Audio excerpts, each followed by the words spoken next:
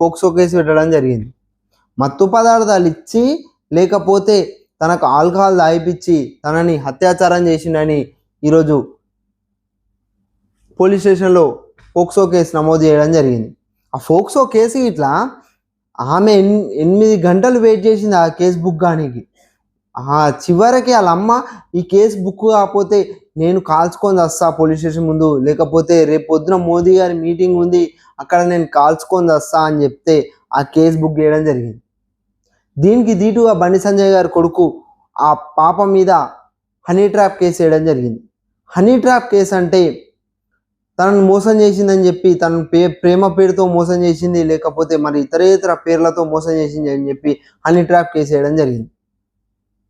ఆమె ఉన్నదే మైనర్ బాలిక, ఆమెతో మాట్లాడడమే తప్పు, ఆమెతో స్నేహం చేయడమే తప్పు, ఆమెను లైంగికంగా వేధించడమే తప్పు, ఆమెని మత్తు పదార్థాలు ఇచ్చి ఆమెని రేప్ చేయడమే తప్పు. అట్లాంటిది ఆమె మీద హనీ ట్రాప్ కేసు వేయడం జరిగింది. మైనర్ బాలిక నిన్ను లైంగికంగా వేధించడేంది? మైనర్ బాలిక నేను ప్రేమ పేరుతో మోసం చేసుడేంది? మైనర్ బాలిక మీద నువ్వు హనీ ట్రాప్ కేసు ఎట్లా వెళ్తుంది?